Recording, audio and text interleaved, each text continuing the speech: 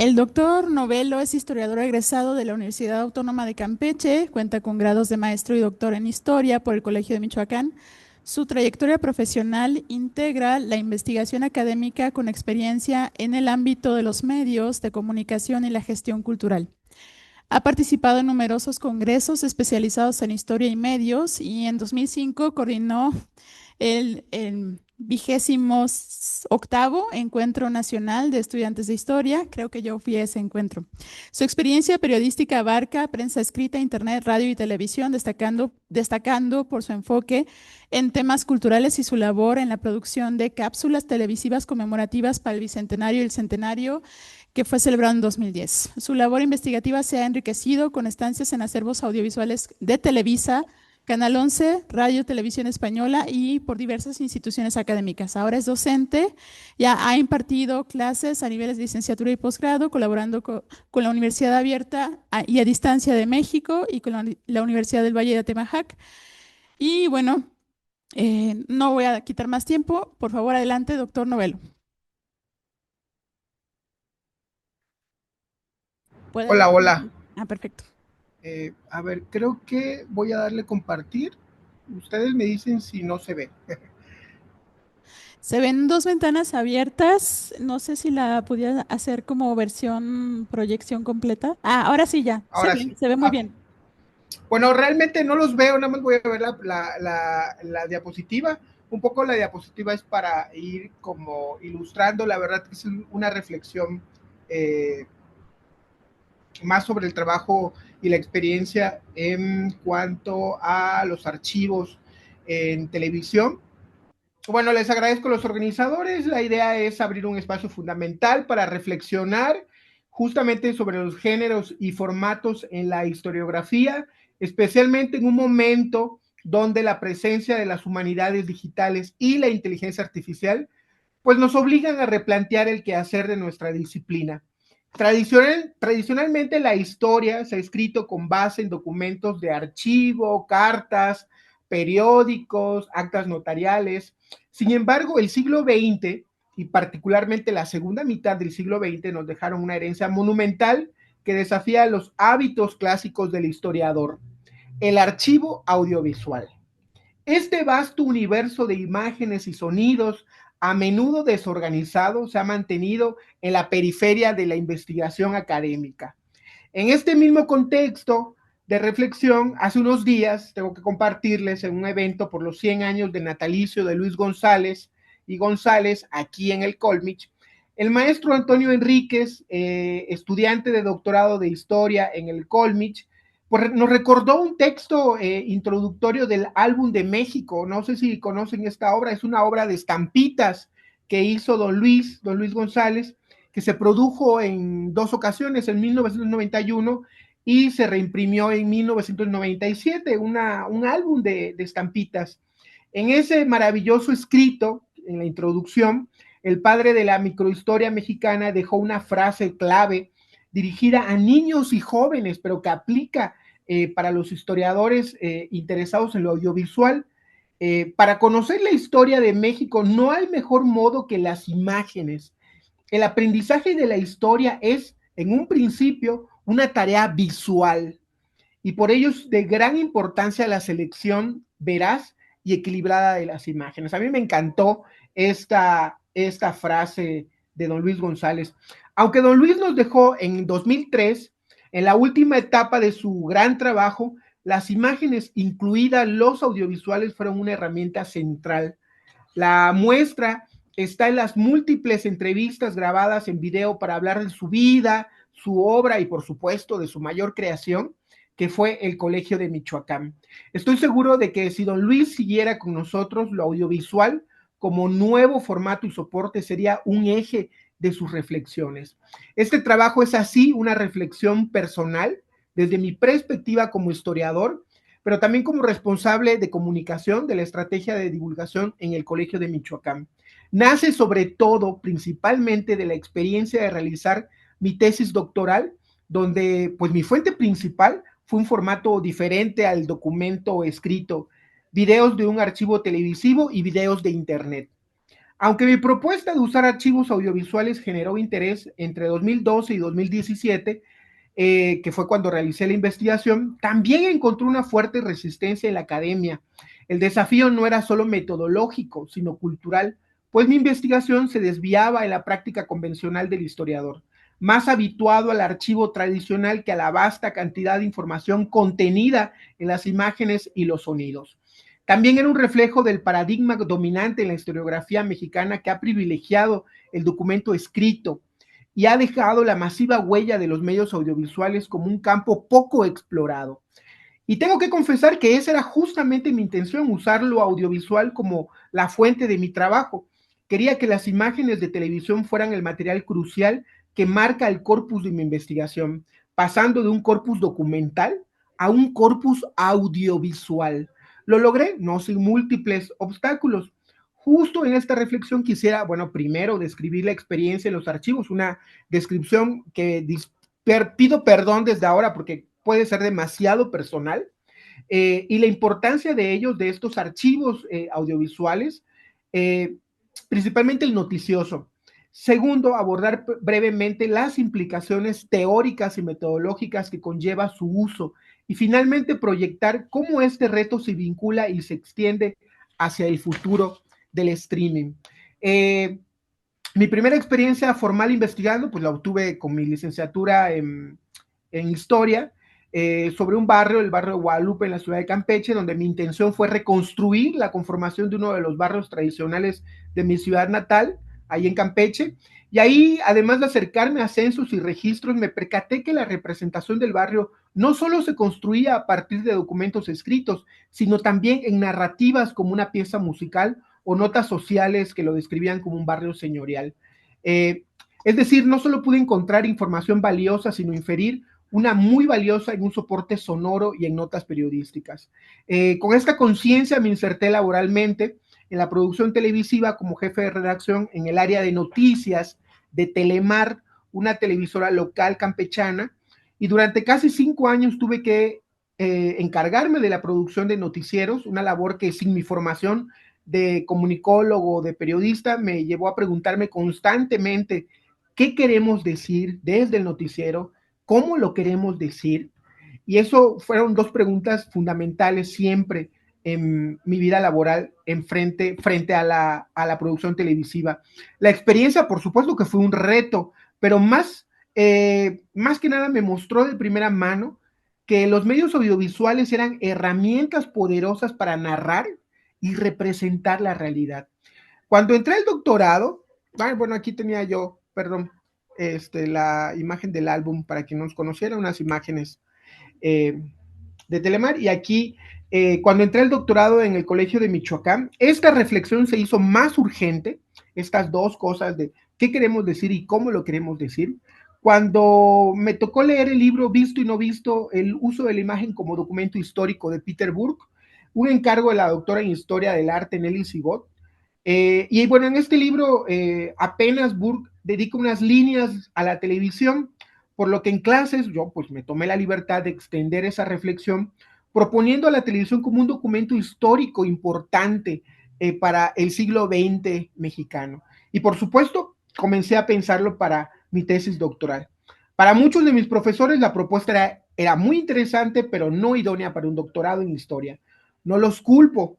El historiador mexicano está acostumbrado al archivo clásico, dejando a un lado la gran huella masiva de estos medios audiovisuales, como ya hemos mencionado, una fuente poco explorada por la historiografía. Incluso durante mi presentación, alguien sentenció, eso no es un trabajo de historiadores, lo que usted quiere hacer es periodismo. Y pues obviamente estaba muy lejos de ser periodismo, ¿no?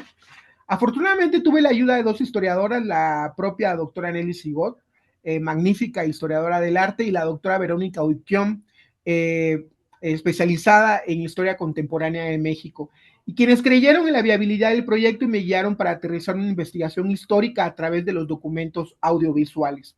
Mi meta era muy clara, usar las imágenes de televisión como fuente principal para pasar de un corpus documental a un corpus audiovisual.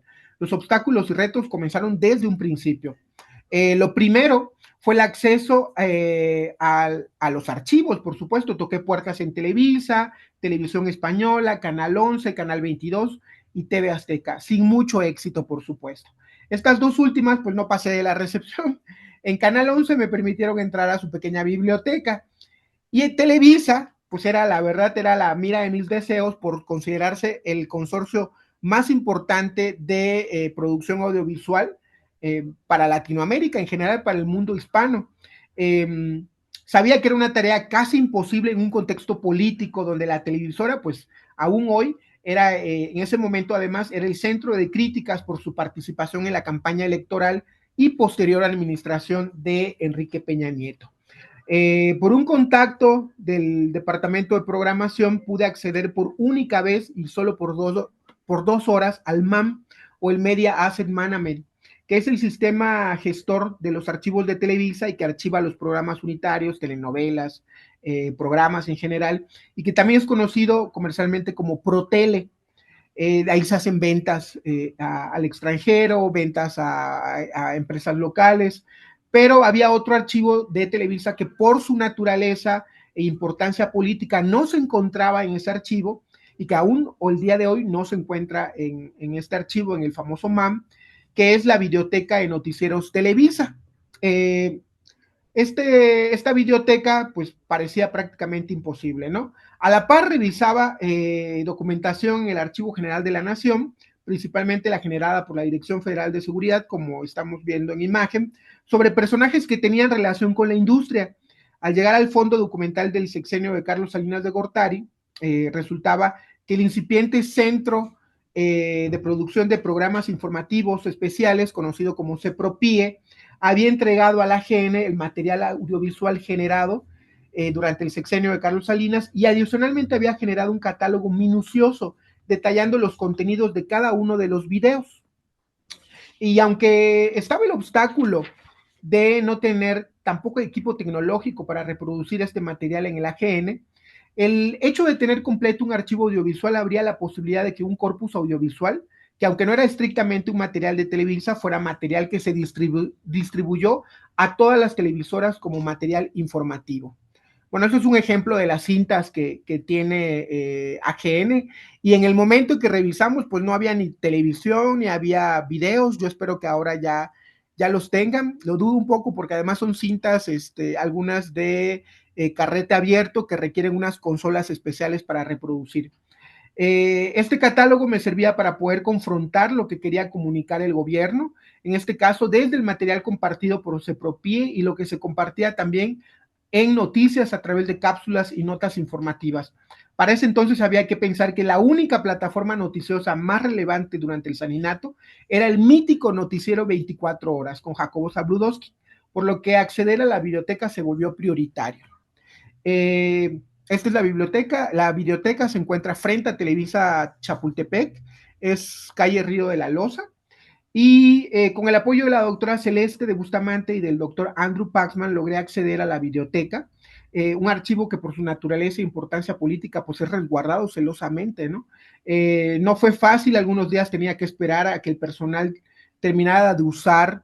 Aquí algunas imágenes de la biblioteca, tienen unos pasillos maravillosos llenos de bastante historia audiovisual. Y pues bueno, había que en ocasiones esperar a que el personal terminara de usar las reproductoras, solo podía permanecer 4 horas de lunes a viernes y el visionado tenía que hacerlo de pie. Si se fijan, son pasillos, no es un lugar para investigadores, no está acondicionado para ir a investigar horas, sentarte a revisar material. Pues las consolas miden 2 metros con pantallas de 12 pulgadas aproximadamente, colocadas casi todas en la parte superior. En muchos días el visionado se había interrumpido por la suciedad de las cintas, el proceso de limpiado era bastante lento y tenía que hacerlo uno de los bibliotecarios que estuviera libre e incluía limpiar la cinta y el cabezal de la reproductora utilizada en cada consola, ¿no? La experiencia fue, tengo que decirlo, bastante difícil, pero muy provechosa, porque entonces pude percibir por qué este archivo es fundamental. Pues hay un ejemplo de las consolas especializadas en carretes, y es que la historia ya tiene bastantes décadas en cuanto a televisión y en noticieros, ¿no? Desde el inicio de la televisión mexicana en 1950, los noticieros se convirtieron en el centro de atención política y del público. De hecho, la primera transmisión fue el cuarto informe del presidente Miguel Alemán, y para 1970, después de los trágicos eventos de 1968, Televisa decidió que no podía depender de terceros para informar a la nación y creó la Dirección General de Información y Noticieros, que culminó con un proyecto arriesgado, el noticiero nocturno 24 horas, que por su formato se convirtió en único y se convirtió en el faro de la línea editorial de la empresa. Por eso tiene su propio archivo, dictando la agenda de los periódicos del día siguiente y convirtiendo pues, a Jacobo Zabludowski en el hombre noticia. Así dicen los archivos. Mi investigación en la biblioteca de noticieros, revisando más de Doctor Novelo, 150... le quedan 2 minutos y medio. Perdón que le interrumpa. Sí, pues me confirmó el valor de esta fuente, ¿no? Sus imágenes y narrativas revelan discursos de poder, la construcción de la opinión pública y la memoria colectiva. Y pues me tendré que cortar un poquito con la parte del streaming, que bueno, que gira también en torno a este material que podemos encontrar en YouTube, incluso Netflix, plataformas como Prime y otras, ¿no? Bueno, y es en un mundo cada vez más dominado por las imágenes y los sonidos. La investigación del audiovisual se presenta no solo como una posibilidad, sino como una necesidad para los historiadores del presente y del futuro. Mi propia experiencia, desde la dificultad para acceder a estos archivos hasta el desafío de decodificar el corpus audiovisual de 24 horas, me permitió confirmar una premisa fundamental. A diferencia de lo que se podría pensar, la televisión y los medios de comunicación no solo son un medio de apoyo o una vida alterna de divulgación, sino que son en sí mismos fuentes históricas, primarias y archivos vivos. Ellos narran, representan, cuestionan y resignifican el pasado desde lenguajes distintos al escrito. Comprender sus códigos y sus formas de producción y su influencia en la memoria colectiva se convierte hoy en un reto inaludible para quienes estudian la historia desde una perspectiva crítica y contemporánea. La expansión de las plataformas digitales, la transformación de los hábitos de consumo cultural y la omnipresencia del contenido visual en la vida cotidiana nos obliga a repensar no solo el modo en que se cuenta la historia, sino también desde dónde, con qué herramientas se construye el conocimiento histórico. Bueno, mi caso es un caso particular y creemos que también México tiene un lugar importante en este ecosistema audiovisual con su rol de productor de contenidos y su gran población de usuarios en plataformas como YouTube. Es más urgente hoy más que nunca dedicarnos a estos archivos, ¿no? La historiografía española también nos muestra un camino. Ambas naciones con trayectorias tecnológicas paralelas y un idioma común comparten un potencial enorme para fortalecer la historia audiovisual en español. El camino no está exento de obstáculos, por supuesto. Sin embargo, también se abren nuevas oportunidades para que el conocimiento histórico trascienda los muros de la academia y dialogue de forma más directa con la sociedad. El historiador ya no puede limitarse al texto escrito, debe ser un intérprete de imágenes, de sonidos y de experiencias humanas que se manifiestan en formatos complejos y cambiantes. Hacer investigación histórica audiovisual no es simplemente una elección metodológica, sino una apuesta para renovar el compromiso del historiador con la comprensión crítica del presente y la construcción colectiva de la memoria. Ante este panorama de imágenes y datos, y para cerrar esta reflexión, cabría preguntarnos, ¿cuál es el papel del historiador para descifrar el pasado y construir nuestra memoria? Perdón, adelanté y corté, pero bueno, con esto concluyo y les agradezco mucho. Muchas gracias por tanta puntualidad.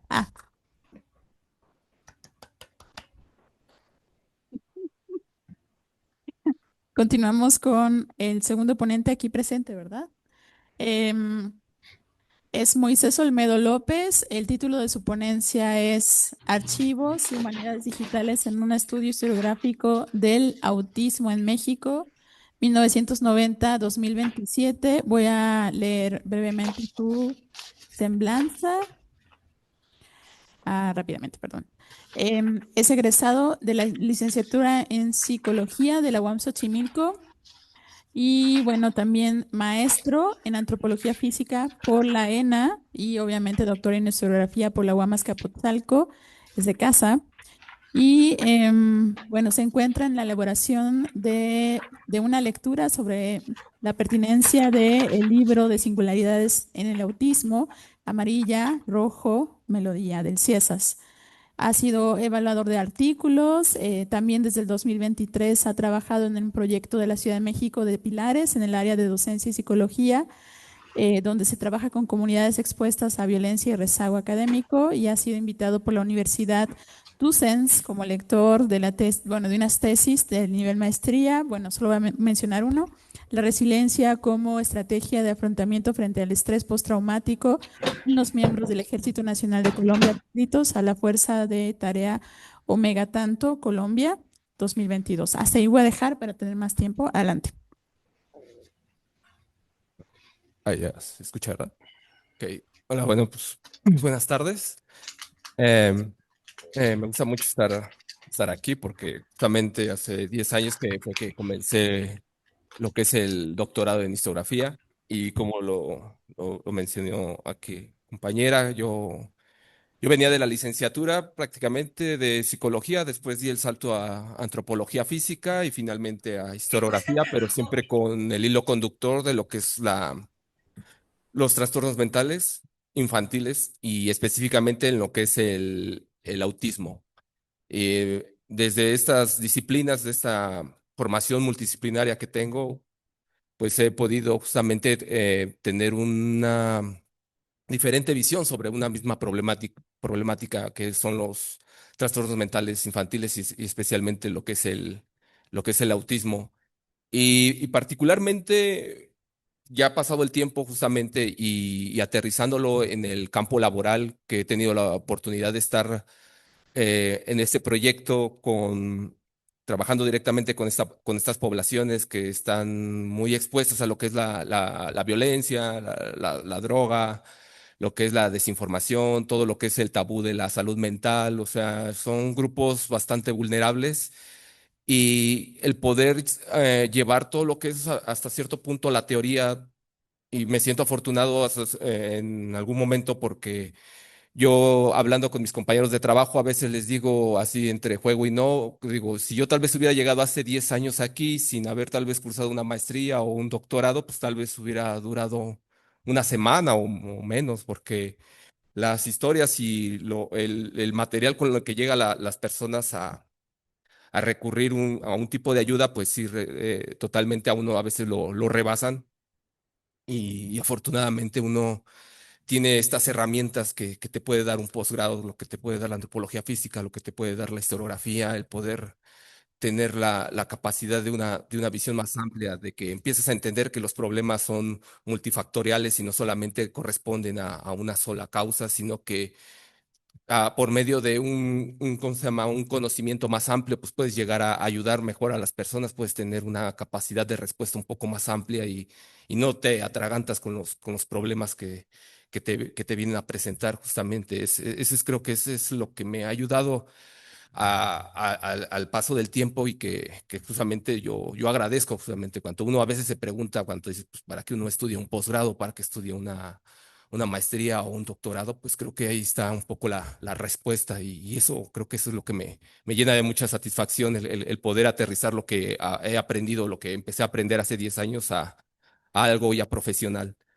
Bueno, ya justamente con esta pequeña introducción sobre lo que he estado haciendo y lo que se tiene planeado hacer, justamente el proyecto que he venido manejando y que empezó justamente aquí en el doctorado y que la primera parte está hecha del 2020 del año 2000 al 2020, que es el estudio justamente del estudio del autismo en México. El autismo en México como tal no tiene como lo diría Garanto hace 37 años, no tiene una asa o no tiene una forma para poderlo decir, este es este es el paciente cero o este es el paciente, desde aquí podemos partir, como lo hizo en su momento Asperger o lo hizo Keiner o lo hizo o la propia historia en Estados Unidos con Donald, con el chico, que tienen un punto como de despegue. Aquí en México, curiosamente, no hay algo como bien definido. Aquí en los años 80, por así decirlo, no había lo que se conoce hoy como autismo, no hay un diagnóstico. Imagínense estar buscando algo que no se conoce o algo que no se tiene como tal o no se sabe cómo nombrarlo. Y en ese aspecto es difícil tal vez empezar a hacer la búsqueda de fuentes, de a empezar a rastrear desde dónde podemos comenzar justamente el estudio del autismo desde los años 80, pero curiosamente hay para empezar ese trabajo, yo lo empecé desde el año 2000. A partir del año 2000 hay como que este parteaguas porque ya para los años de entre 85 y 90 ya se cuenta con algo más de información. En los 90 justamente ya se empieza a tener un poco más y en el 2000 pues ya hay como un aterrizaje de más información. No como ahora, que justamente es a lo que hoy nos venimos a referir junto con todas las tecnologías y junto con la digitalización del conocimiento que justamente nos abre toda una ventana de posibilidades para seguir estudiando este trastorno que curiosamente cuando uno lo empieza a indagar o lo empieza a trabajar, es como si fuera un círculo muy pequeño lo que es el autismo, ¿no? Es como la categoría del DSM en un principio, si uno lo revisa, estaba muy basado en lo que es el psicoanálisis y toda esta parte, y ya después fue como que abandonando esa parte y ya después se enfocó más en cortes psiquiátricos, en cortes de medicalización y todo este aspecto. Pero uno se fue dando cuenta que el proyecto que yo inicié en este posgrado, que era del año 2000 a 2020, lo que hice fue agarrar tres trabajos justamente. Los tres trabajos tenían que cumplir las cualidades que tenían que provenir de disciplinas que no fueran necesariamente de la medicina, ni de la psicología como tal vez de la pedagogía, pero usualmente yo me enfocaba en trabajos que vinieran tal vez de la antropología, de la sociología, de la arquitectura, de trabajo social, o sea, de disciplinas que fueran ajenas tal vez a lo que fuera la medicina. Y ese era como que el objetivo, juntar al menos ¿cómo se llama? Un acervo de investigaciones que nos hablaran justamente de ese trastorno, de cómo lo podían entender las personas, cómo lo podían entender la gente que estaba interesada, pero que no era justamente de la medicina, ni de la psiquiatría, ni de la pseudopsiquiatría, sino que era gente ajena a a ese conocimiento, cómo lo podían aterrizar desde sus capacidades cognitivas de aprendizaje. Eso era lo que a mí me interesaba. No me interesaba tal vez agarrar libros que ya hablaban de autismo o guías que ya hablaban como tal de autismo, sino que a mí me interesaba justamente esa parte. Y eso fue lo que se hizo en esta primera etapa. Se agarraron investigaciones del 2000 al 2020. Se hizo un marco donde justamente se investigaba cómo era el autismo a nivel internacional, a nivel mundial, cómo se estaba trabajando. Después se hizo una referencia, una comparación con lo que se estaba trabajando aquí en México, también a nivel profesional, o sea, a nivel clínico, justamente porque el discurso es totalmente hegemónico, o sea, es totalmente de la medicina, el estudio del autismo última, bueno, ya no tan recientemente, afortunadamente, ya está más abierto.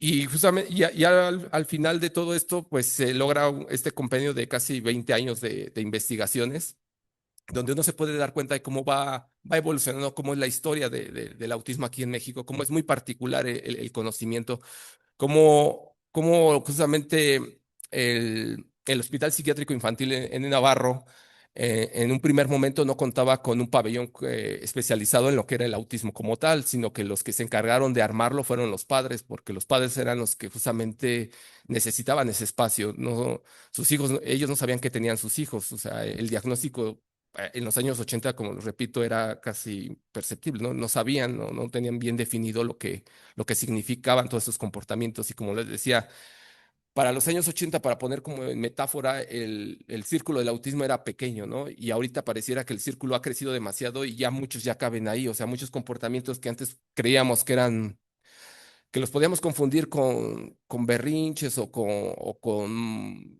Hay un libro muy bueno que hace justamente este tipo de puente bueno, su apellido es Molina, que habla de la locura en México. Y él justamente habla de la higiene mental, cómo pasamos de la higiene mental, de lo que le llaman higiene mental, a la salud mental de hoy. La higiene mental él prácticamente la marca como si fuera toda una persecución sobre los niños que no se adaptaban a los marcos del buen comportamiento en las primarias. Todo aquel que se salía de ese buen comportamiento era catalogado como niño problema o como los chicos que debían de estar justamente en un espacio donde ellos no contaminaran a los que estaban supuestamente bien. En ese punto yo creo que muchos chicos de ese mismo tiempo que presentaban el autismo, no dudo que hubieran caído en ese marco de referencia de que eran chicos problema, pero cuando realmente detrás de ellos estaba un diagnóstico de autismo.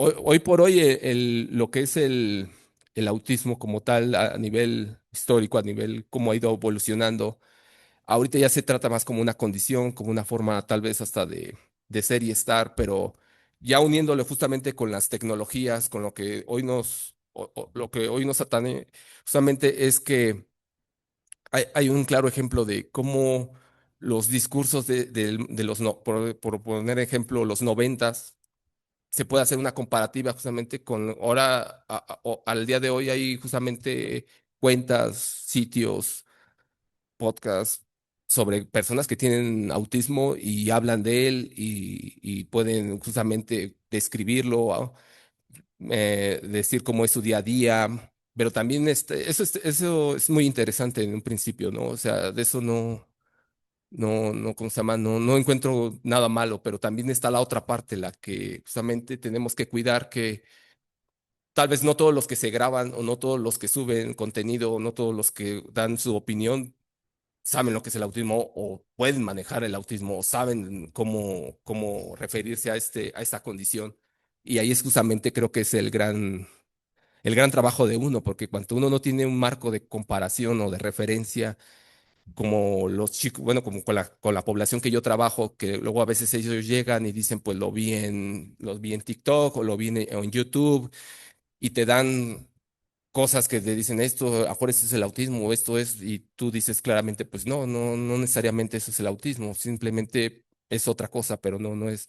Y es justamente, es muy delgada la línea, o sea, se aprovecha mucho estos materiales digitales que se tienen a la mano hoy. O sea, es de una gran valía porque uno revisa también los materiales antes de los primeros años de cuando se hacía la revisión de lo del autismo y claramente sí los compara y son totalmente diferentes, ¿no? O sea, no hay como ahora que justamente ya hay hasta películas, ya hay cortometrajes, ya hay un acervo muy grande sobre lo que significa esta condición.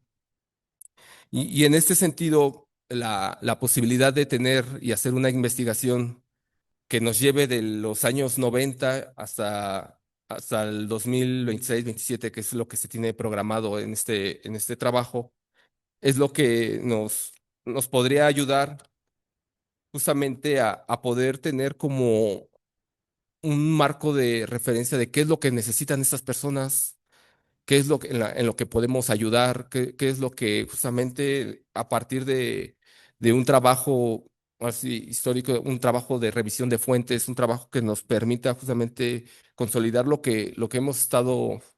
¿Ya? ¿5 minutos? Ah, ok. Bueno, igual de esta forma, para ir acortando, voy a leer una parte. Sería un recorrido justamente de 37 años que nos dejaría una lección donde el autismo no es un trastorno atemporal ni solamente es de la medicina o de la psiquiatría o de la psicología clínica, sino justamente puede llegar a ser un espejo de nuestras contradicciones sociales. Las fuentes tradicionales, como son los informes médicos, guías clínicas, nos muestran las voces de las instituciones, pero son las fuentes digitales, como son los foros, las narrativas en primera persona, los datos abiertos, los que revelan las resistencias cotidianas. Las humanidades digitales no son solo herramientas, son un acto de respuesta como tal.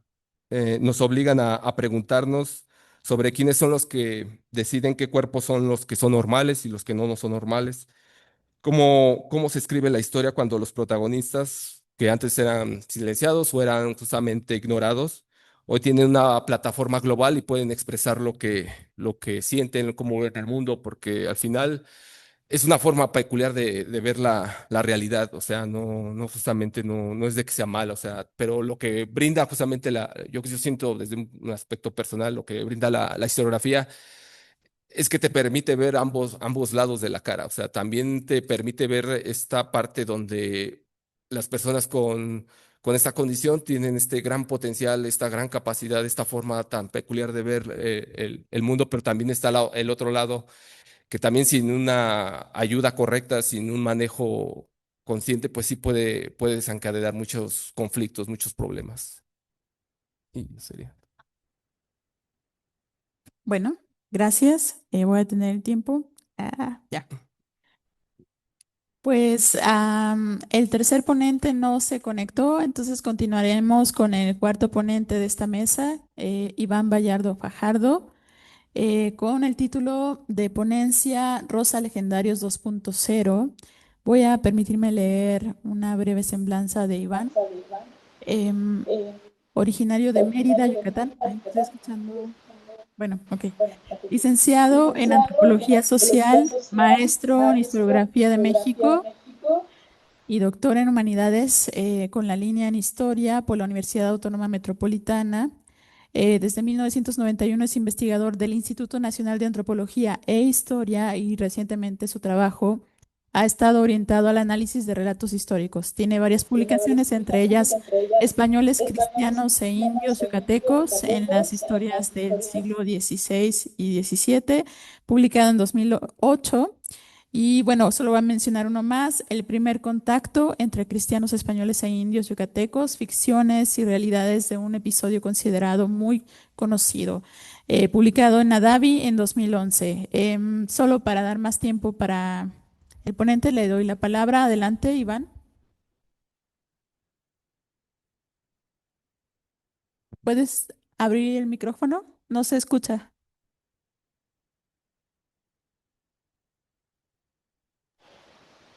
¿Ya? Ya, ahora sí. Ok, estoy tratando de compartir la pantalla y ¿qué me sale ahora?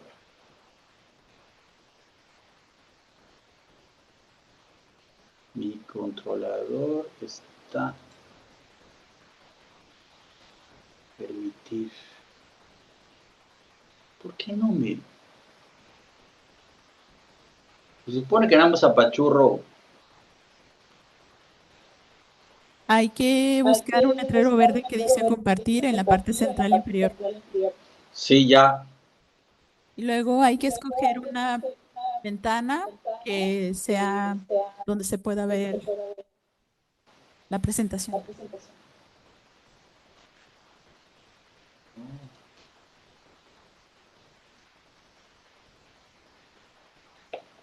Y dice que el navegador está impidiendo que yo la comparta.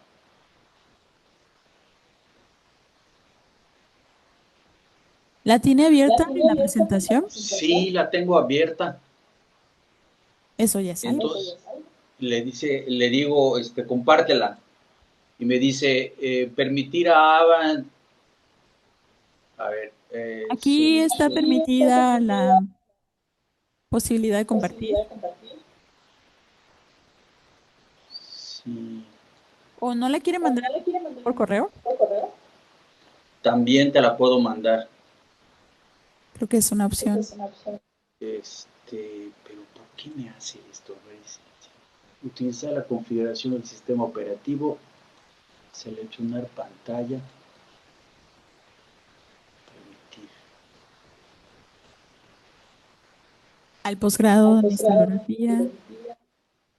Al posgrado, digo, al correo del encuentro, que es encuentro PGH 2025.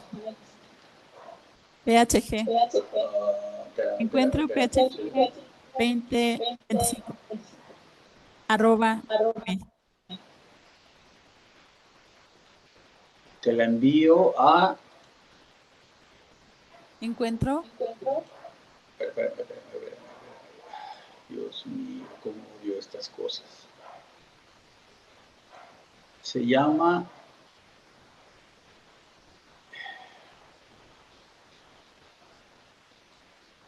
Ahora, si me dices encuentro... Encuentro PHG 2025 @ PHG 225 Gmail, ¿no? Sí. Ok, entonces... Ay, Dios mío, me estoy volviendo tonto. Adjuntar archivo.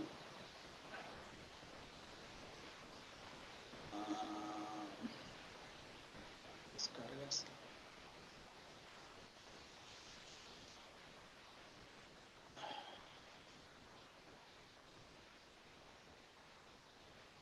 No. Oh.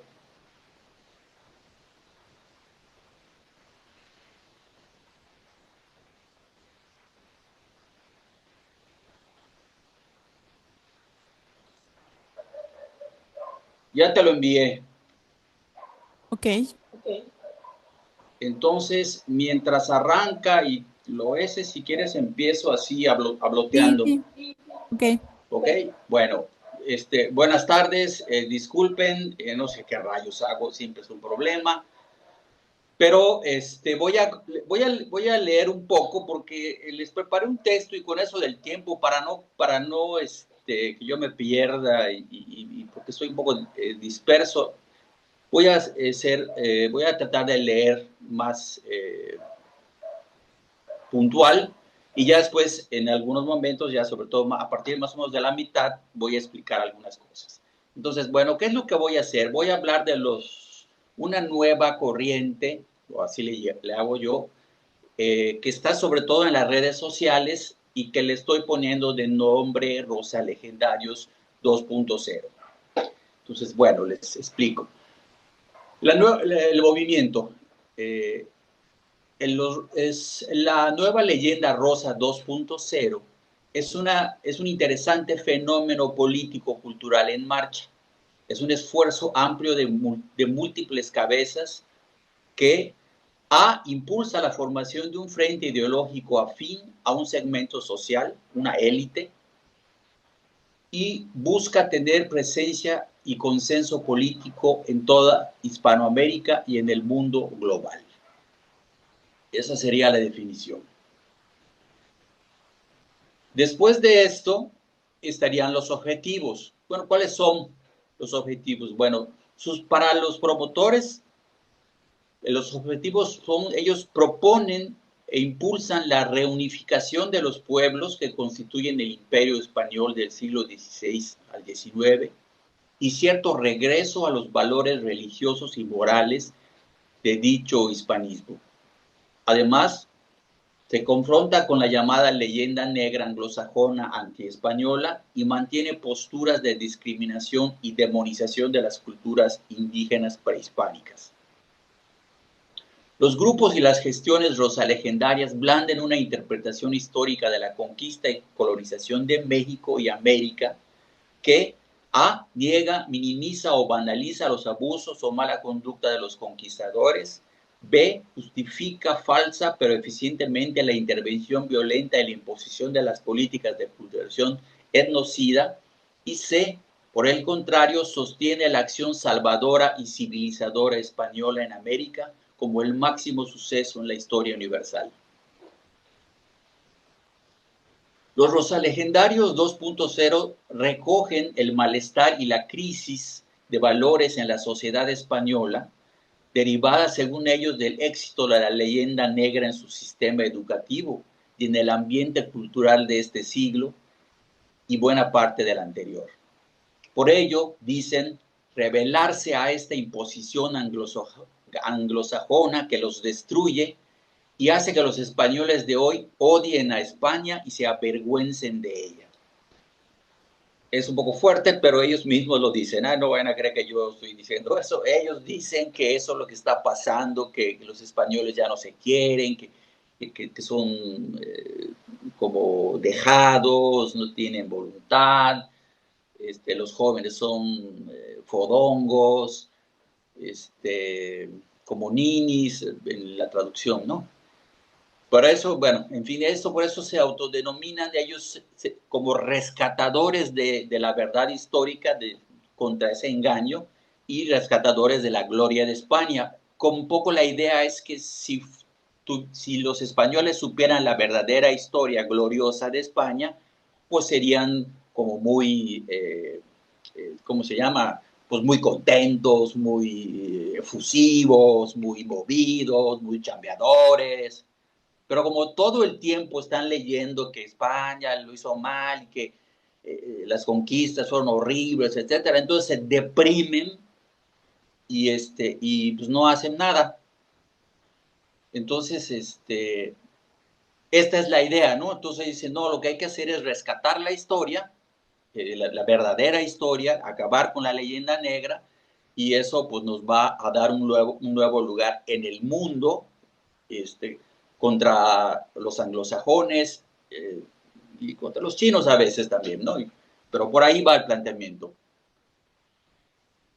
Entonces les digo que aunque la hispanofilia española tiene varios siglos, este movimiento más específico cobra cuerpo a partir más o menos del 2010. ¿Quiénes lo forman? Bueno, pues un grupo muy grande o bastante grandecito, no está muy identificado, o sea, que sepamos bien sus fronteras y eso, sino que son varias asociaciones empresariales, asociaciones civiles, agrupaciones católicas, conservadoras, algunas escuelas convencionales y gente independiente de la ciudadanía en general que actúa en sus localidades, en las redes, etcétera, y especialmente en las redes sociales. Los rosalegendarios se encuentran diseminados principalmente en España, pero cuentan con instancias o miembros satélites, socios principalmente latinoamericanos cercanos al catolicismo tradicional hispanista, tipo escuelas confesionales, políticamente cercanos a posiciones de derecha no moderada, en Argentina, en Perú, en México. No, obviamente no se presentan como un grupo religioso ni como un grupo de derecha, o como que tratan de no mostrarse hacia allá. Pero si uno se pone a ver sus videos en un periodo relativamente corto, te das cuenta que tienen una conexión bastante fuerte con la ultraderecha y son muy convencionales de alguna manera, ¿no? O sea, por eso festejan que el fin del imperio caníbal de los aztecas o el fin del paganismo, la quitada de los ídolos, cosas de esas, ¿no? Bueno, ¿qué enemigos tienen? Bueno, la leyenda negra anglosajona y son sus enemigos, ¿no? Sus seguidores.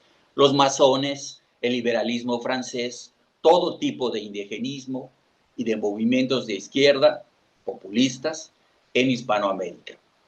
Esos son el liberalismo francés porque ellos son promonárquicos, ¿no? En un segundo nivel también identifican como enemigos, por lo menos en stand-by, ¿no?, a las organizaciones religiosas no católicas, musulmanas, al comunismo soviético actual y sus derivados, y también a los chinos actuales que quieren apoderarse del mundo. En tercer nivel llegan a mencionar como enemigos a los New Age y a los hippies. El enemigo principal son los anglosajones y su leyenda negra. Difícilmente conciben la existencia de otro sujeto alterno fuera del cuerpo negro legendario. Para los rosalegendarios, incluso el populismo zurdo indigenista es producto de la leyenda negra antiespañola. De ahí el odio a España cuando debería haber un amor incondicional correspondiente a lo que España hizo por ella, o sea, por los pueblos americanos, ¿no? O sea, es difícil que cualquier cosa que tú puedas discutir con ellos, si no les gusta, creen que eres un soldado de los ingleses, ¿no? No puedes hacer una crítica desde una posición, vamos, mexicana, porque seguramente los ingleses ya te convencieron. Entonces, ¿cómo trabajan? Y aquí les muestro un cuadro con 12 sitios de YouTube con las fechas de su fundación, y luego está los suscriptores que tienen, que entre los 12 sitios llegan a 838,000 suscriptores. Los videos que suben, están las distintas cifras, obviamente con distintos ritmos, que hasta más o menos marzo de este año eran 11,182 videos y que han tenido un total de 165.726.707 visualizaciones, ¿no? Es una cantidad muy grande, pero tampoco podemos saber exactamente cómo está la cosa, porque habría que hacer la cuenta completa de estos sitios. Yo creo que hay más, no muchos más, pero sí hay más. Y habría que ponderar sus ritmos de publicación, etcétera. Sin embargo, el movimiento sí es un movimiento relativamente fuerte, que está presente mucho en YouTube y en otras redes, en Facebook, y se está moviendo, pues, es un rollo. No sé si ya tienes el archivo. Lo he estado proyectando, vamos en la diapositiva número Perfecto, 8. perfecto, perfecto, perdón. Entonces, la siguiente, les doy una muestra de uno de esos lugares que es Héroes de Cavité. Nada más para que tengan una idea de cuántos, tienen 518 videos. Te pueden pasar días viendo. Y todo gira alrededor de eso, ¿no? De que si las cruzadas, de que si esto, que si... Si ustedes van revisando, incluso se van a repetir, son conferencias, y todas tratan de que los ingleses mintieron aquí, que la Armada Invencible nunca fue vencida, que la primera defensora de los derechos humanos fue la reina Isabel, las casas es un tipo despreciable, maldito, mentiroso. O sea, en fin, hay un montón de temas a lo largo de Cortés, obviamente es un santo, y cosas por el estilo. Los indios eran caníbales, los españoles no hicieron ningún genocidio, al contrario, detuvieron el genocidio que hacían los aztecas. Esa es la lógica, ¿no? Y bueno, te digo, aquí está Héroes de Cavité, ahí están los otros sitios. Héroes de Cavité no es el más exitoso, hay unos más, con más suscriptores y más videos, pero bueno, aquí está. Entonces, la siguiente les muestro los medios en Facebook. También hay más, no son los más, no son todos, pero todos son más o menos de lo mismo, incluso se citan a sí mismos y pues se copian, digamos, suben los mismos videos, no todos, ¿no? Pero es un movimiento bastante fuerte, hay grupos pues, interesantes y obviamente están todas las discusiones que se dan abajo de las publicaciones de Facebook, donde están las posiciones más o menos fuertes, con alguna... prontitud se llegan a las mentadas, bueno, en fin, bueno, ya es que luego les cuento más, ¿no? La siguiente nos muestra la actividad, porque ellos no solo hacen videos de YouTube, hacen publicaciones. Y todos estos que les muestro, que se verán, son bastantes, 1, 2, 3, 4, 5, 6, 7, 8 por 3 son 24, ¿no? Hay más, y estos son el tipo de libros que producen, ¿no? Madre Patria, Desmontando la leyenda negra desde Bartolomé de las Casas hasta el separatismo catalán, ¿no? O otro que es del mismo autor, que es Lo que América le debe a España, etcétera. Y todos los otros libros son otra vez que se La Vuelta al Mundo, Las Calaveras, El Glorioso no sé qué, La Armada, Pizarro, La Leyenda Negra, Porque Filipinas tal cosa, Leyes de Indias. O sea, hay un montón de cosas que se están produciendo, no son todos, probablemente son el doble de lo que hay, y tienen sus asociaciones y todo. Aquí están otros ejemplos, ¿no? Vean esta chulada de Cristian Rodrigo que dice 1492, fin de la barbarie, comienzo de la civilización América. Esa es la idea que van a proyectar, ¿no? Incluso hacen memes como el que dice América no fue conquistada, fue civilizada, ¿no? Y entonces el 12 dice, nada que celebrar, y ponen a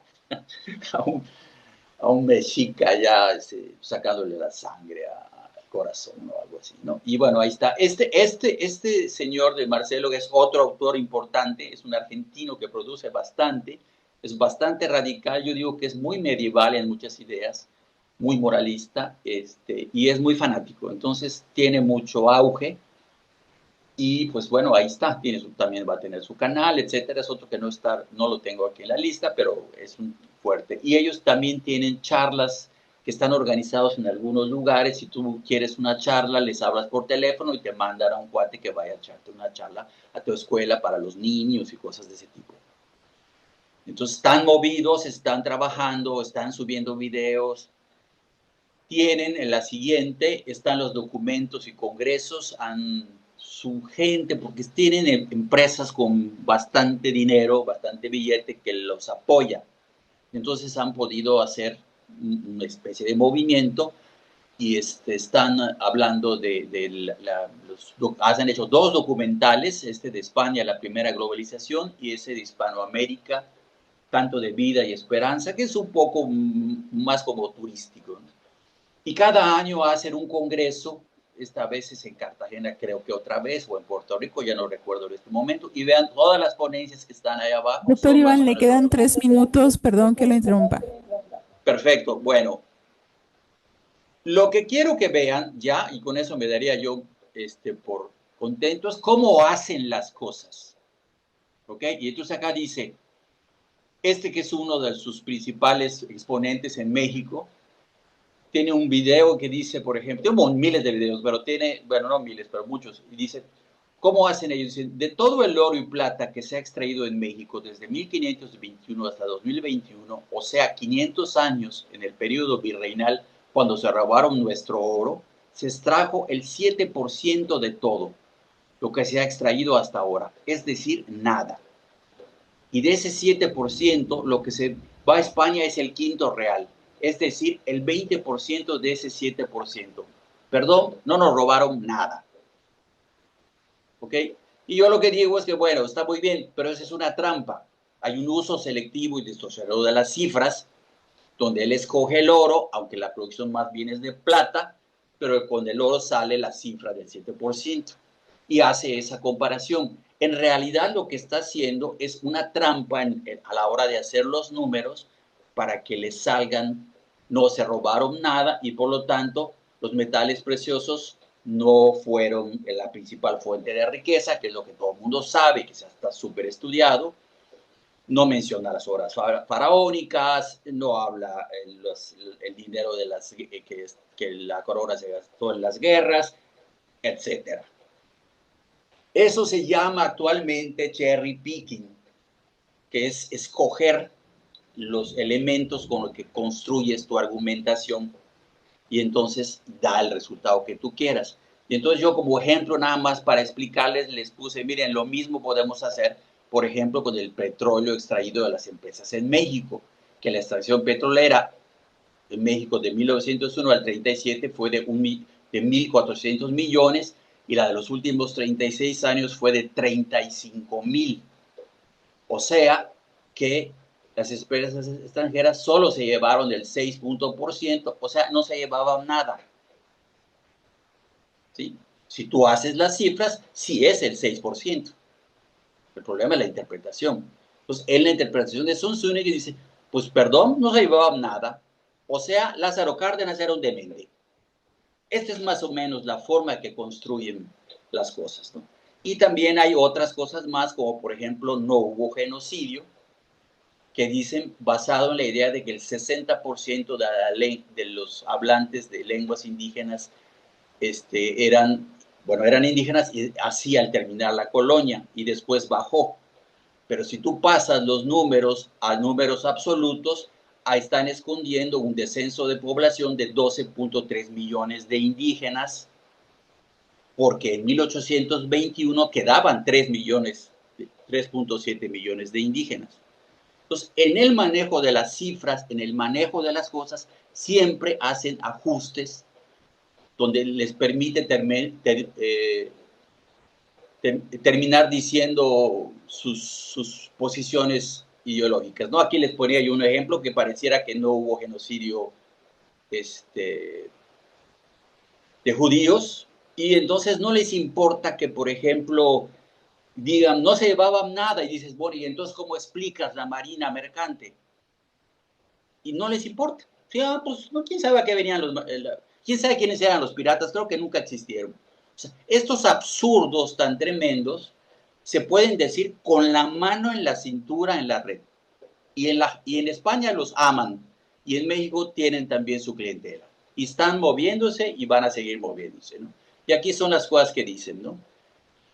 España no hizo ningún genocidio, sino que lo pasó, que lo detuvo, el que sean los aztecas, los españoles no fueron violadores, los indios le regalaban las mujeres, los indios conservaron sus lenguas gracias a los españoles que hicieron su gramática, no existió la conquista porque los conquistadores fueron los tlaxcaltecas, etcétera, etcétera, etcétera. Esto ya es lo mismo y al final ya nada más les digo un rollo de que pues finalmente hay que tener en cuenta estas cosas que están siendo muy de moda, están en avance y tienen una propuesta narrativa y un uso de datos y una serie de cosas muy eficientes.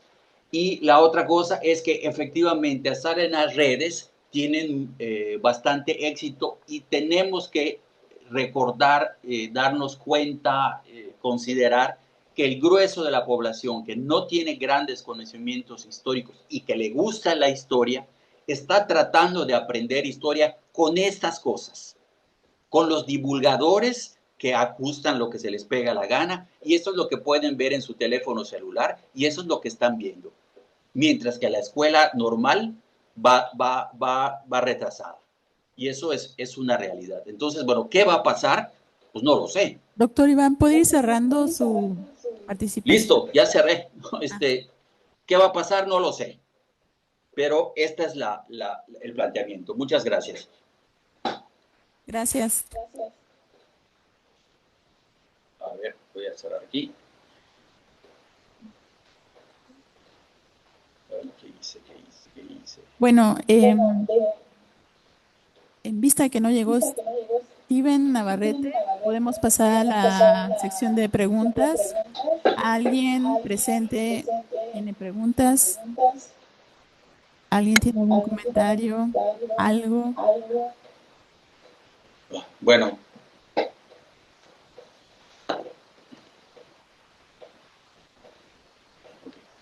Yo quisiera, entre comentario y pregunta, Moisés, ¿qué tanto cambia el horizonte de enunciación, Ujú. la convención para personas con discapacidad, para nuestro país, supongo? Y luego preguntarte, las personas con autismo, hay diversos tipos de autismo, Ujú. ¿cómo juegan con el registro? Ujú. ¿No? Porque el registro debe ser muy complicado, ¿no? Entonces, esas dos cosas, si puedes abundar en ello, por favor. Doctor Ronson. Sí, gracias. Buenas tardes a todas y a todos. Mi pregunta es para Humberto Novelo.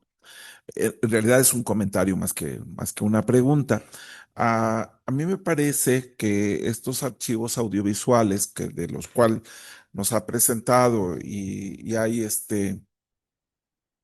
ha hecho la reflexión de cómo aproximarse, las dificultades que tiene aproximarse a este tipo de acervos en la medida en que no son públicos, no son de carácter público, pero que él encuentra acervos valiosos, ¿no? Me parece que por ahí está una de las conclusiones de preguntarse cómo aproximarse a estos registros, a estas fuentes y el valor que tienen para la reflexión y, digamos, y la reconstrucción de determinados procesos históricos. Entonces, me parece eso valiosísimo. Pero mi pregunta iría más bien, Humberto, en si tu interés también estaría en problematizar estos acervos como un objeto de estudio, no solo como fuente, que me queda claro el valor, sino el objeto, cómo problematizar este objeto de estudio que son esos acervos audiovisuales, estos registros que forman parte, insisto, de esos acervos que tienen esta peculiaridad, pero más bien reflexionándolos desde el horizonte de es el objeto de estudio. Me parece que allí hay una beta también sumamente interesante que quizá valdría la pena reflexionar.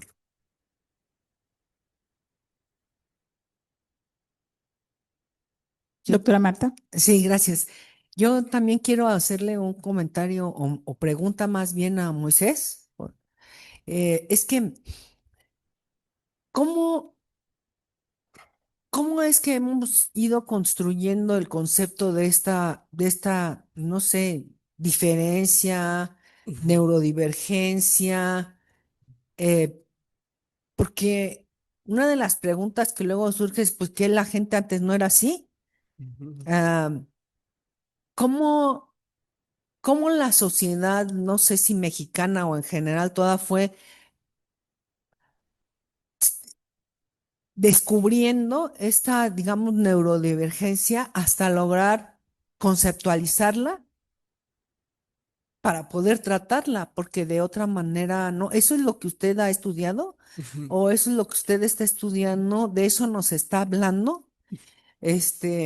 Porque como que de repente no me quedó muy claro si lo estamos hablando desde la psicología como una rama del conocimiento, o lo estamos hablando desde una problemática social que tiene que ver precisamente con transitar del enfermo mental a la salud mental, ¿no? Que nos ha costado mucho trabajo. Entonces, bueno, quisiera saber sobre eso. Y una pregunta para Iván Vallado. Este tipo de mensajes tienen un público al que van dirigidos, o sea, están enunciados para que los consuma quién. Hispanoamérica, España, ¿cómo diré? Los que no van a la escuela, pero tienen acceso a un teléfono. O sea, ha incursionado un poco en evaluar quiénes son los receptores de este discurso. Gracias. Yo creo que podemos empezar con esta ronda o bueno, y hacemos otra ronda. ¿Sí, no? Sí, una primera ronda y una segunda ronda después. Y empecemos con Luis y que la respuesta sea en el orden de participación. Adelante, doctor Humberto. Hola, hola de nuevo. Justo no terminé la ponencia por cuestión de tiempo, pero bueno, en la parte que me hizo falta, justo un poco donde inicio, digo que el uso de los archivos va más allá de un cambio de formato, que también es un cambio de paradigma, pero en primer lugar nos obliga a repensar la noción misma de una fuente histórica, o sea, justo problematizar estas fuentes, estos acervos, es parte de esta reflexión. Yo terminé la investigación en 2016, presenté el texto en 2017 y lo dejé reposar por muchos años. Y justo ahora en este año estoy retomando la investigación para preparar la publicación del texto.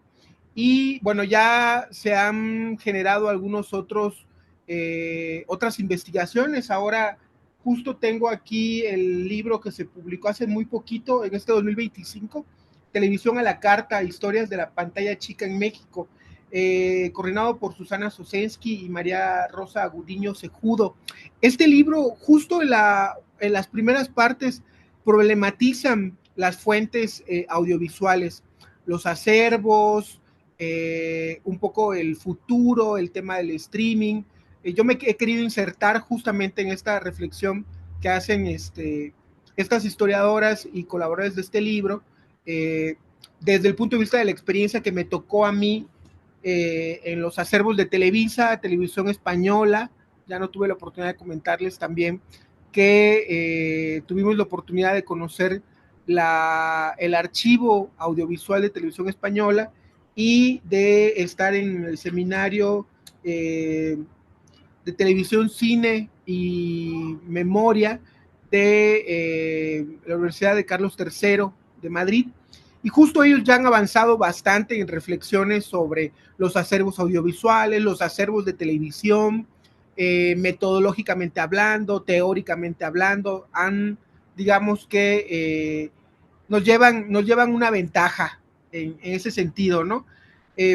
Tenemos no solo Televisa sí bien es cierto que es como el archivo audiovisual más importante, creo yo, para Latinoamérica en cuestión de producción audiovisual, pero la ventaja del streaming es justamente que se han ido filtrando mucho material. Por ejemplo, en YouTube podemos encontrar bastante material antiguo de las primeras de los primeros programas en blanco y negro, telenovelas antiguas, episodios de programas de comedia, en fin. Pero creo que el punto de problematizar los acervos audiovisuales es un punto bastante importante que tomar en cuenta, de verdad. Parece como muy obvio, pero es real que hay que voltear a problematizar estos acervos audiovisuales, incluso los acervos locales. Muchas ciudades, muchos estados tienen televisoras locales que, bueno, se han convertido en la memoria visual de su región, ¿no? Pienso en mi ciudad, nosotros en el año 2000 llegamos a tener como 7 televisoras locales, estábamos peor que Nueva York, no sé por qué nos dio una fiebre en Campeche de tener tantos medios de comunicación y tantas televisoras. En fin, hay una respuesta ahí seguramente que habrá que explorar, pero problematizar los acervos audiovisuales creo que es una idea fantástica. Muchísimas gracias. Adelante, Moisés. Gracias. Bueno, pues muy bien. Bueno, aquí creo que todos más o menos tenemos una ligera idea de lo que es el autismo, ¿no? Todos tenemos más o menos algo que más o menos que nos puede acercar a lo que puede significar. Pero el autismo como tal es muy complejo, o sea, es grande porque, por un lado, hay una serie de comportamientos que pueden ser nada más desde balancearse, desde tener gustos muy específicos, desde tener un comportamiento muy retraído, o sea, que uno pueda ser socialmente funcional y aún así a uno lo puedan meter en el cajón del autismo. Pero también está en el otro extremo que está el chico que totalmente corta todo lazo social, que no le gusta mirar a los ojos, que no es funcional socialmente ni académicamente, pero tiene alguna que otra cualidad y habilidad, pero también entra en ese saco. O sea que son dos extremos totalmente, pues sí, muy lejos de uno del otro, pero comparten el mismo campo, por así decirlo. Es lo que pasó recientemente, si han oído este famoso síndrome que le llaman Asperger, que justamente muchos lo relacionan con que es muy inteligente, es muy sabio y todo esto. Y eso justamente nos lo ha hecho creer también de parte de toda esta ola digital, todos estos programas, todos estos podcasts, todas estas que son seres muy inteligentes y todos, pero sinceramente son la minoría. O sea, es más probable que una persona que tenga autismo esté más apegada a un conocimiento limitado, ¿sí? Que necesita más cuidados, que realmente sea este super genio que nos han querido tal vez vender en gran cantidad. Y definitivamente el horizonte de expectativa que se tiene, bueno, el horizonte se ha cambiado. O sea, el autismo curiosamente no se salva de lo político, de lo social, de lo económico. Aquí en México pasó algo muy curioso. ¿Se dan cuenta? Hubo un tiempo en que se puso como de moda, de boom, que salían los jugadores con narices azules, que se hizo toda una campaña y que decían, ¿cómo es posible que se hayan primero edificado los centros de atención del autismo cuando realmente no teníamos un estudio epidemiológico sobre cuántas personas tenían autismo, ¿no? Debería de ser al revés. Primero haces un estudio, sabes dónde están ubicados, de dónde vienen, cómo son, toda esta parte, y ya después empiezas a montar los centros de estos, los llamados CRIC del gobierno, ¿no? Después empezó a investigarse de que estos centros estaban patrocinados con el gobierno en ese momento de Peña Nieto y que le había dado los terrenos y, o sea, todo un desajuste ahí de circunstancias. Y el entorno es de que, pues, que no hay un estudio como tal. El único estudio que se cuenta es un estudio que armó, se llama la Clínica Clima, junto con Autismo Speak, y es aproximadamente, creo que del 2010, 2012, y es un autismo, que es un estudio del autismo que solamente se hizo en la ciudad de León. Y de ahí se hizo para todo, pensando que con eso podíamos agarrar y tener la medida para toda la República Mexicana, cuando realmente la sociedad mexicana es bien diversa, es bien compleja, y yo creo que yo soy de esta idea, más allá de hablar como teoría, ¿no? Yo soy más de la idea de que todos alguna vez, por algún momento, por alguna situación o alguna situación de nuestras vidas, rozamos el terreno del autismo. De que podemos nosotros salir de ahí es otra cosa, pero hay gente que tal vez se queda ahí a vivir y ya no puede tal vez salir por su condición neurológica o como se llame, pero de alguna forma yo creo que siento que colindamos con ciertos trastornos que nuestras capacidades nos permiten poder escapar o podernos reconstruir y tenemos las herramientas suficientes mentales y cognitivas para podernos reorganizar y justamente no sentir que nos toman por completo. En ese sentido, el estudio del autismo, como yo lo he venido trabajando, es quitar la parte clínica, o sea, quitar la parte, este discurso totalmente psiquiátrico, psiquiátrico, y aterrizarlo en un aspecto más social, más cultural, cómo lo trabaja las personas, cómo lo trabaja la comunidad, cómo lo va entendiendo, cómo todas estas prácticas que tienen desde que buscan el diagnóstico hasta cómo es el tratamiento, cómo se van adaptando, o sea, es justamente lo que a mí me ha estado interesando, cómo llevar el discurso del autismo, pero yo sé que es muy complejo porque, como les decía, son dos extremos que conviven. Y ese yo creo que es una de las grandes situaciones que lo complejizan, porque yo siento que muchos dicen, no, es que no hay niveles, porque muchos te manejan el nivel leve, moderado y el severo, ¿no? Y hay gente que te dice, no, no, no, es un solo conjunto y todos entran en el mismo. Y es muy difícil eso, o sea, es totalmente complejo. Por eso el intentarlo tal vez abordar desde una sola disciplina, que es como la psicología o hasta la psiquiatría, la psiquiatría. Es más, los medicamentos para el autismo no están diseñados para el autismo. Justamente son anticonvulsionantes, son de otra ramificación que no están diseñados para el autismo. Justamente se hace un cóctel de medicamentos para poder tratar el autismo. O sea, no, el autismo como tal no tiene una mira así de que digan, bueno, este es el autismo y con esto lo podemos tratar y componer, ¿no?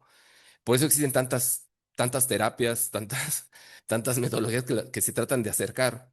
Y por eso también hay muchas disciplinas que de alguna u otra forma tratan de entenderlo, de tratar de aportar algo para su conocimiento. Yo creo que esa es la importancia que tiene. Y no sé si falta alguna pregunta que responder, ¿no? ¿Verdad? Creo que es-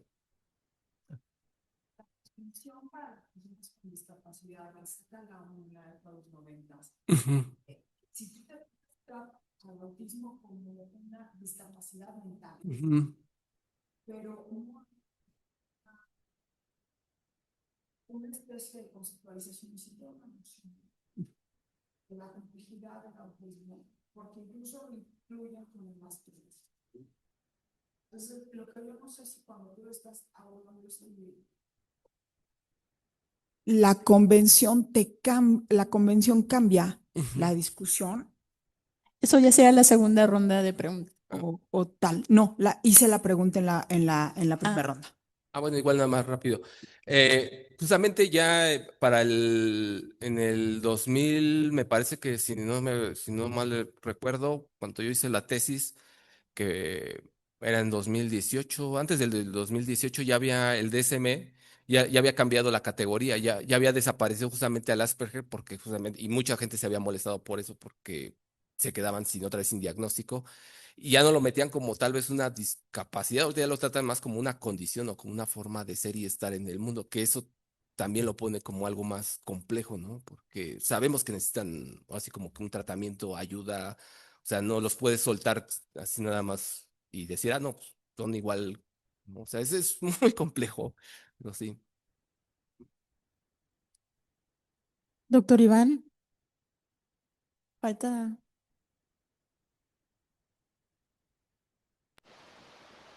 Bueno, efectivamente es una cosa muy importante esto de quién los consume, para quién están hechos. Yo podría decir que los videos y todo el material es para gran público, son para todos, están pensados así, no son difíciles de leer, son cosas de divulgación en general, ¿no? Lo que yo he podido ver hasta ahorita es que los que más los consumen son, por ejemplo, amas de casa, mujeres que trabajan, no está muy claro, ¿no? Estudiantes de escuelas confesionales, personas comunes y corrientes, también a veces se ve que hay como muchos abogados. Es en términos generales la gente que le gusta la historia, ¿no? Pero, por ejemplo, en el caso de que cuando viene la bronca del pleito entre la pedida de perdón de AMLO y las respuestas de los españoles, pues eso como que calenta mucho, ¿no? Y, por ejemplo, la cantidad de libros que se produce para responder en contra de los, pues, de las críticas que les vertieron, pues aumentó y se vendieron más y hay más noticieros y las noticias están en la prensa, muchísima cobertura en TV Española, en ABC. En México también entra, por ejemplo, Sarmiento, la entrevista por Sarmiento, va a entrevistar a varios de estos. Toda la línea de más como de derecha finalmente termina diciendo que eso de pedir perdón era una estupidez, Entonces, es un movimiento que también está pegado a la política, aunque aparenta no estarlo, y tiene que ver con esta idea de que a todos nos gusta tener un pasado glorioso. Nadie quiere tener un pasado donde es un piojo. Tú quieres tener héroes, pues ejemplares, chidos, etcétera. Entonces, eso es lo que conectan ellos. Ellos dicen que es por el rollo anglosajón, no lo ven como una crisis cultural general del occidente o algo por el estilo, que ya habría bastantes datos para pensar que sí, efectivamente, hay una crisis de la civilización occidental. Para ellos no es un problema que los ingleses los engañaron y entonces hay que volver a decirle a los españoles de ahora que sí tenemos un pasado gloriosísimo y con eso más o menos se resuelve. Y juntamos a todos los iberoamericanos, ellos no usan el término latinoamericano porque está mal y es un invento de los gringos. Si nos unimos, formamos un mercado específico, una comunidad mundial que sería interesante, cosa que es cierto, o sea, sí pudiera ser por la base del idioma, etcétera, ¿no? Pero entonces por ahí va. Es un movimiento que elabora sus mensajes para público general y tiene su público general. En España es muy amplio, pero en América para élites locales específicas, ¿no? Por ejemplo, Gullo, que es uno de los que venden muchísimo en España, tiene libros, 3 de los libros que les mostré son de él, etcétera. Tiene publicación en Argentina y sus mismos libros no están publicados en México. Algo hay allá y en Perú hay unos cuantos, o sea, es todo un rollo que no es un problema hispanistas, indigenistas, es un problema hispanistas, indigenistas, pero encabezado por élites y cosas por el estilo. Entonces, bueno, pues ese es el movimiento. Gracias. Pues una segunda ronda. Adelante, Luis. Bueno, también era para Iván, como o sea, es que la persona esta que decía al final en el Zunzunegui, por ejemplo, este año estuvo dando el grito en Tlaxcala, en Valquirico, o sea, un pueblo de Tlaxcala que es así como ni siquiera es un pueblo, sino que es una invención de una empresa inmobiliaria y hacen eventos en Navidad y en cada temporada Y ahora el 16 de septiembre de este año y el año pasado, él era el encargado de dar el grito de independencia, ¿no? Y su grito de independencia era así como de viva la monarquía también, y viva Agustín de Iturbide, y viva los realistas, porque gracias a ellos somos mexicanos. Y entonces, un poco, pues es una persona que no tiene una formación historiadora, ¿no? Y entonces a mí lo que me pregunto frente a ese tipo de cosas es, o hay que repensar el lugar que tienen los historiadores en relación a la divulgación del conocimiento, o hay que pensar qué está pasando ahí, porque a pesar de que hay muchos contenidos creados por historiadores que hacen divulgación, hace una semana en el CIDE creo que fue un encuentro de divulgadores de la historia, aunque hay muchos contenidos, esos contenidos no pegan, ¿no? Porque parece que no le dan nada a quienes está escuchando, ¿no? No porque no tengan la capacidad, sino que entonces hay que ver también esto que decías al final, Iván, cuál es el pasado que espera la gente tener, ¿no? O sea, nadie va a querer que le digan, pues, que que sus antepasados no eran nadie, ¿no? Que no tenían nada, o sea, y yo siento que este tipo de textos que tú dices apelan a decir, no, nosotros venimos de lo más alto, ¿no? Y entonces un poco más que, o sea, yo creo que hay que dejar de decir que no estamos haciendo la labor de divulgación, sino ver también qué tipo de pasado espera la sociedad, ¿no? Porque ese tipo de discursos sí hacen, porque yo vi unos videos de cuando él hizo el grito y había un montón de gente gritando y los comentarios todos son de, no, y es que este sí es un historiador de veras, ¿no? Que nos cuenta la historia de verdad, y en cambio los historiadores, o sea, como que se va creando esta idea de que los historiadores lo que hacen es construir un mito, una invención, algo que está mal, y en cambio estos que no tienen formación historiadora sí dicen la verdadera historia, ¿no? Entonces es como o sea, como, yo creo que habría que investigar, o habría que pensar, pues,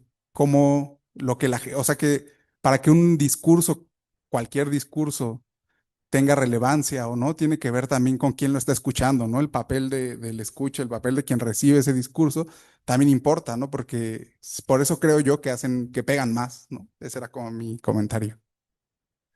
¿Hay alguien más con una pregunta o comentario? Yo tengo uno más que conecta con el de Luis. En la mesa anterior de la mañana estaban hablando del lenguaje no científico de la historia, de unos textos que definían como parahistoriográficos, que no transitaban por el método, sino por una narración, ya sea corridos, otro tipo de vehículos que transmiten un conocimiento no profundo, pero que sí conecta con emociones, ¿no? Y creo que muchos de los elementos que pueden, incluso pensándolo tanto en el caso de Iván como en el que nos presentó más o menos Humberto, en estos ámbitos de televisión o de medios audiovisuales o incluso de redes sociales, pareciera que la consigna es simplificar el lenguaje, hacerlo corto y transmitir emocionalmente cualquier elemento sobre el pasado. No sé si, por ejemplo, llegara un historiador a hacer un mensaje de este tipo de izquierda, ¿qué resultado tendría, no? Que no fuera conservador el mensaje, pero los mismos medios, los mismos vehículos de transmisión, ¿qué pasaría? Esto lo estoy diciendo al aire por si, por ejemplo, Iván quiere hacer un comentario, el doctor Iván, y también por si de pronto el doctor Humberto Novelo podría pensar, dentro de lo que él trabajó, de los materiales que pudo ver de Televisa, si hay alguna especificidad en el lenguaje que será muy distinta o que ha encontrado muy distinta a los libros de producción científica. Estoy pensando ya como muy cuadradamente. Y para el caso de Moisés, solo un comentario. ¿Tiene alguna salida este registro? Es decir, este registro que están haciendo de 2000 a 2027, algo así. ¿Va a ser publicado, va a ser difundido o no? Es todo. Empezaríamos por Humberto. Sí, sí. Lo que comentas es bastante interesante porque sí, claro que encuentras similitudes en el lenguaje. De hecho, muchas de las producciones, sobre todo en cuestiones de spots, hay una parte de la investigación que nos concentramos en dos campañas publicitarias Una de ellas fue Una estrella más del canal de las estrellas, que, bueno, intenta simplificar en imágenes, sobre todo en imágenes, evidentemente, y en la narración en voz en off, pues de la parte cultural, histórica de varias regiones del país, ¿no? Esto fue entre el 88, 89 y 97 aproximadamente. Pero este mismo recurso lo volvemos a encontrar en 2010 con Estrellas del Bicentenario. Y digamos que hay una gran influencia de los libros de texto gratuito. Podemos incluso encontrar similitudes en la composición de las modelos, del escenario, de los enfoques, a estas estampitas, imágenes, obras de arte que incluso aparecían en los textos de educación pública, y que, bueno, que se convierten como en el documento, en los libros de historia para la mayoría de la población, ¿no? Lo mismo pasa con el programa de solidaridad, donde se repiten ciertas convenciones narrativas, pero la realidad es que, si bien es cierto que se ha cambiado y se ha como sofisticado, ahora se ha vuelto más orgánico, así lo llaman los creadores de contenido, estas producciones audiovisuales que ya no están necesariamente en televisión, sino en redes sociales. También la izquierda ha hecho uso de estos mecanismos, ¿no? La fórmula sigue siendo la misma.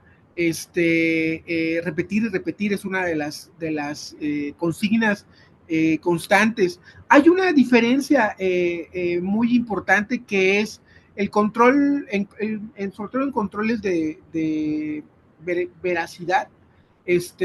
Las televisoras, en este caso Televisa, sí tenían un control bastante importante para todo lo que se decía y lo que se narraba.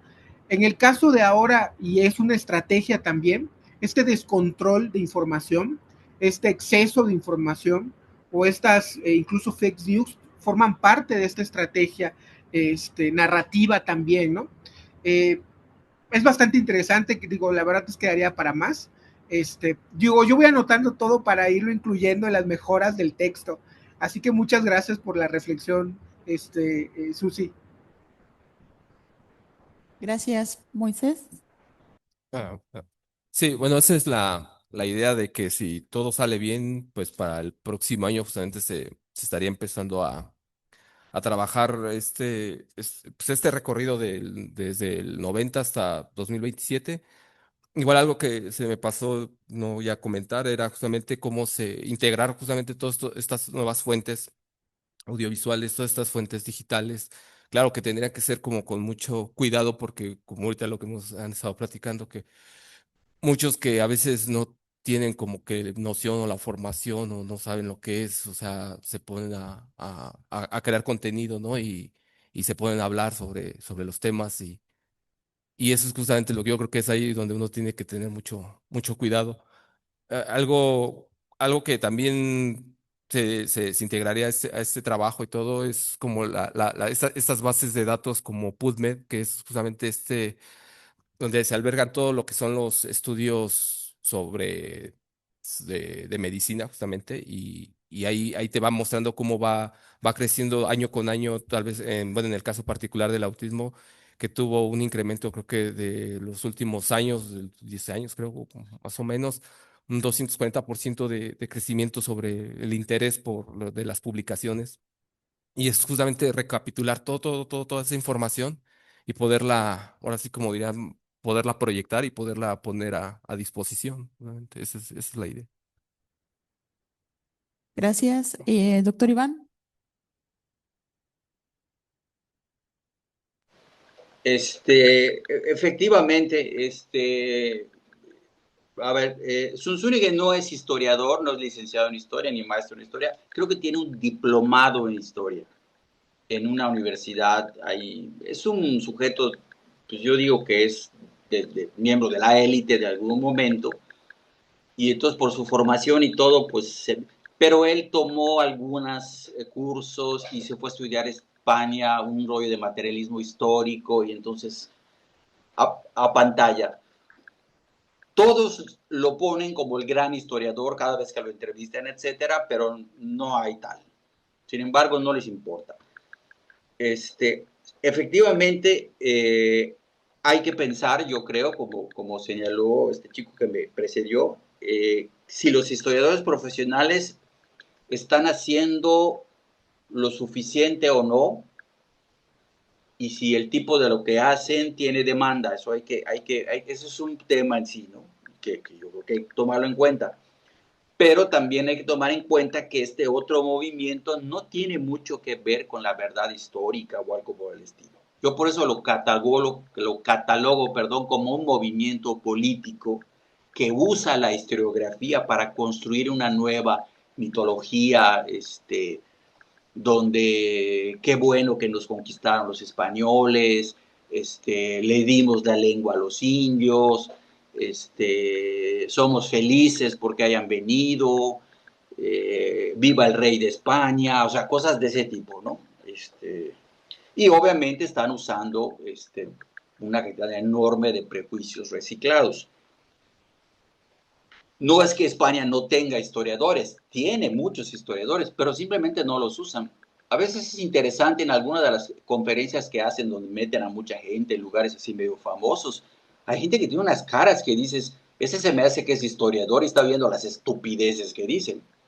Pero es un movimiento de ellos, ¿no? Y lo digo de veras con humildad de rigor, ¿no? Y por lo que también se ha comentado de que, ¿qué pasa si la izquierda lo hace? Pues pasa lo mismo. O sea, si lo quieren hacer, lo hacen. De hecho, lo están haciendo. En términos generales, también existe todo un movimiento reivindicador que mistifica una cantidad enorme de cosas. La diferencia es que el movimiento rosa legendario está más organizado, tiene más recursos, cosas así, que no son parte de un Estado.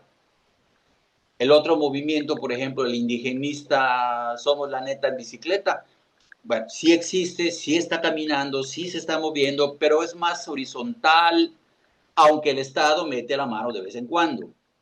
Pero, por ejemplo, sitios de mayas en Facebook hay todos los que quieras, y en todos son absolutamente geniales.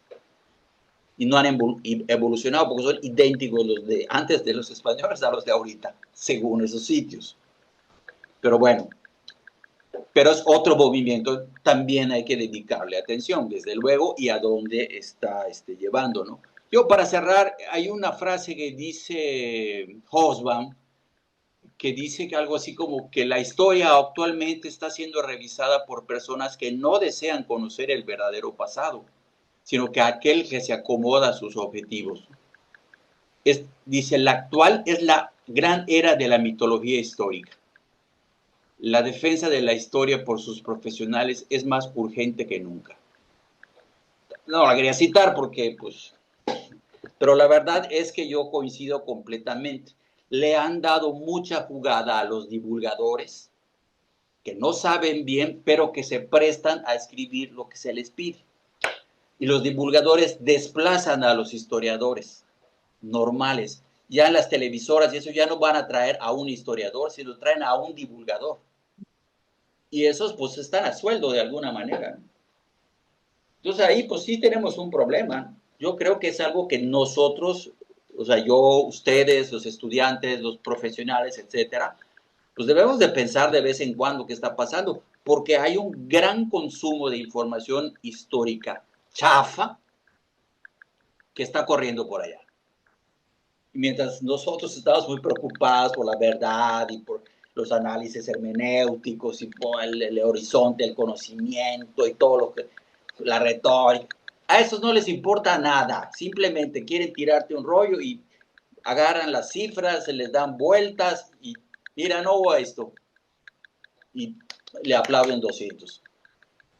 Cuando ya son un montón, cuando tienen un montón de sitios, muchos, y siguen produciendo diario todo esto, a mí sí me da cosa. Soy sincero. Digo, ¿qué están haciendo? Por lo menos hay que tenerlos en cuenta. Eso es lo que creo. Y sí, digo, también del otro lado se hace. Estamos peleando en la política cultural, la historia ya fue metida a ese rollo. La están usando, querámoslo o no. Y no les importan mucho los académicos. Yo eso creo.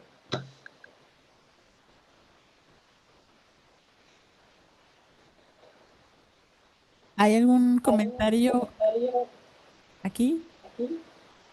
No, ¿verdad? Ya nos dejó muy deprimidos el doctor Iván. Pues muchas gracias, no sé, muchas gracias. Un aplauso a la mesa. Gracias a ustedes. Fue excelente. Y con eso cerraríamos esta mesa. Los esperamos en la siguiente mesa a las 5 de la tarde. Gracias.